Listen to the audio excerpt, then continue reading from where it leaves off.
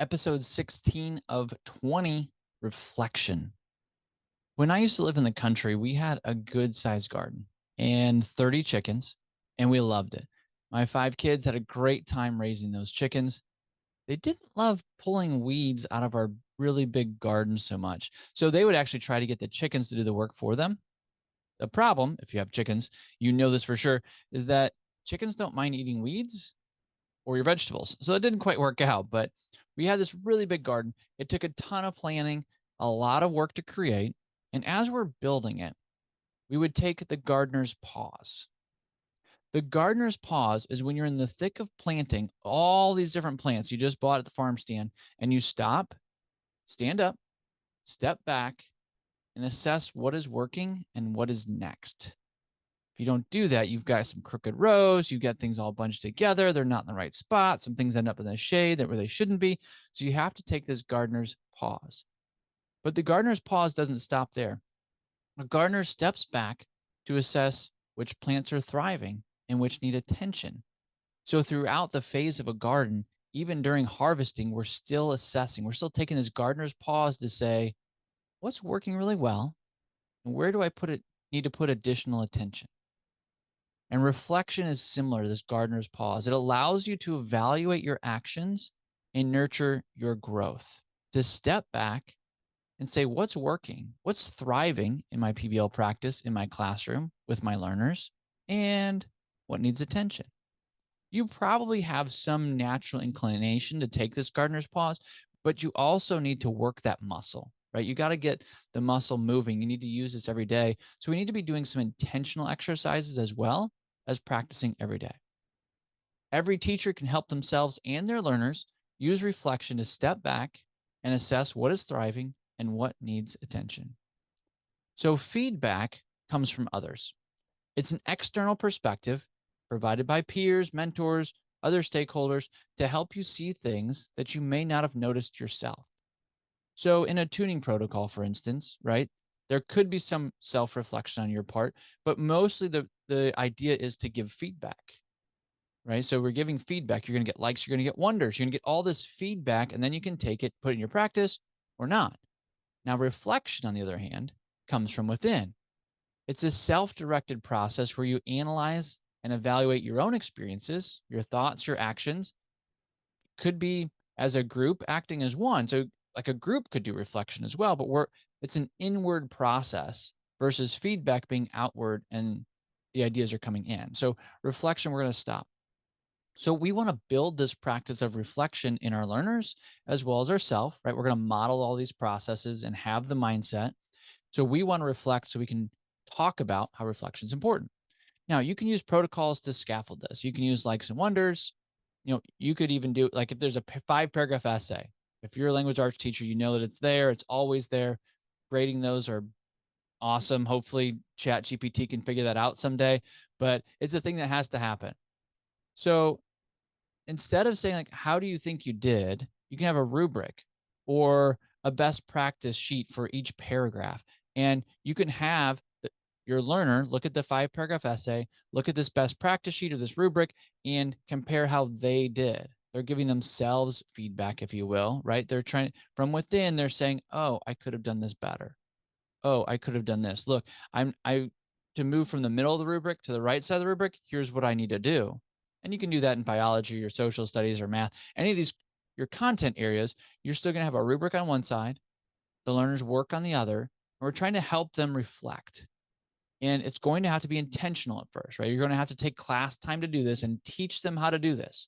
So yes, you're going to take 15 minutes of your precious class time, and that's not sarcastic. I understand it's precious, but what it's going to do is it's going to build dividend and momentum later on in the year. Because if you can teach your learners how to reflect later on in the year, they're building on that because they're reflecting automatically, right? They have that muscle and they're using it, and their work's getting better before it ever reaches your desk. That's the goal. So I love the idea of teaching collaboration, feedback, reflection early in the year, because then you're building on that, right? Like you get to reap the harvest later because your grouping's better. Your learners are giving each other feedback and they're accepting feedback. They're self-reflecting, all those things before it gets to your desk, right? Because sometimes you get those things in your desk and you're like, whoa, how in the world did you think that was where we're supposed to go with this? Right? Like they're way off in left field. But if you've got these other things in place early on, then you can reap those benefits. But yes, at the beginning, you're going to have to intentionally teach these things like reflection. The other piece the other important idea around reflection is just like feedback, it's a muscle. So we're going to do it every day, all the time. You've got to grow your reflection muscles, right? And if you think about, again, long-term life skills that we want our learners to have, we want them to be reflective. So it's super important to have this skill set for them, right? We want them when they're 26 to look at their budget and stop, take a gardener's pause, assess what's thriving, what needs attention. This credit card bill needs attention. It's out of control. Let's create a process for that. We want them to be able to stop. Do I enjoy this job that I'm in? Or is it awful? Is it sucking the life out of me? We want our learners to stop, reflect, assess, right, and make a good decision. So this is one of those lifelong skills we want them to have. It's going to help them inside of school, and it's going to help them in life. So it's worth putting time into for the near benefit and the long-term benefit, which is kind of one of my favorite places to put energy. So just like you want to build up that feedback muscle, you also want to build up those reflection muscles. So you want to find multiple times to take the gardener's pause so it becomes a part of your classroom culture.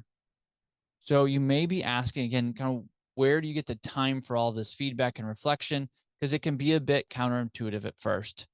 But as you create that classroom culture, remember that current that's moving everybody along? Because you could have a new student come in, like it's transferred in halfway through the year, right? That's a real thing that happens. And suddenly they're in this current and they're going to be looking around going, why is everybody taking people's feedback so appropriately? Like, why are people being nice when they're getting critiqued?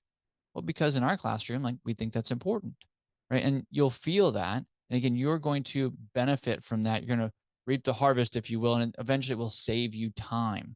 When you go into a great PBL environment, and again, I encourage you to go to a school visit, you're going to see the facilitators that are walking around and they're going to stop and talk to you. And eventually you're going to have that question of like, how is it that you've been talking to me for 10 minutes and all of your learners are doing what they're supposed to be doing? I remember this feeling of like, how is it that you can stop and start talking to me like this and things are still happening appropriately? And then I got to that point, right? Where it was like, oh, well, come on in anytime. Because people, is it okay to come in? Yeah, anytime, come on in. Right. And we just start talking to them and our learners were doing what they're supposed to be doing because of the culture. And this reflection piece is going to be super important to have inside of your culture. So instead of you having to give feedback 28 times to each student, 4 times a unit, that's a lot of time. You're like, I can't do that. That's right. You can't. Your learners begin to receive feedback from each other or from the last episode, but they're also self-reflecting.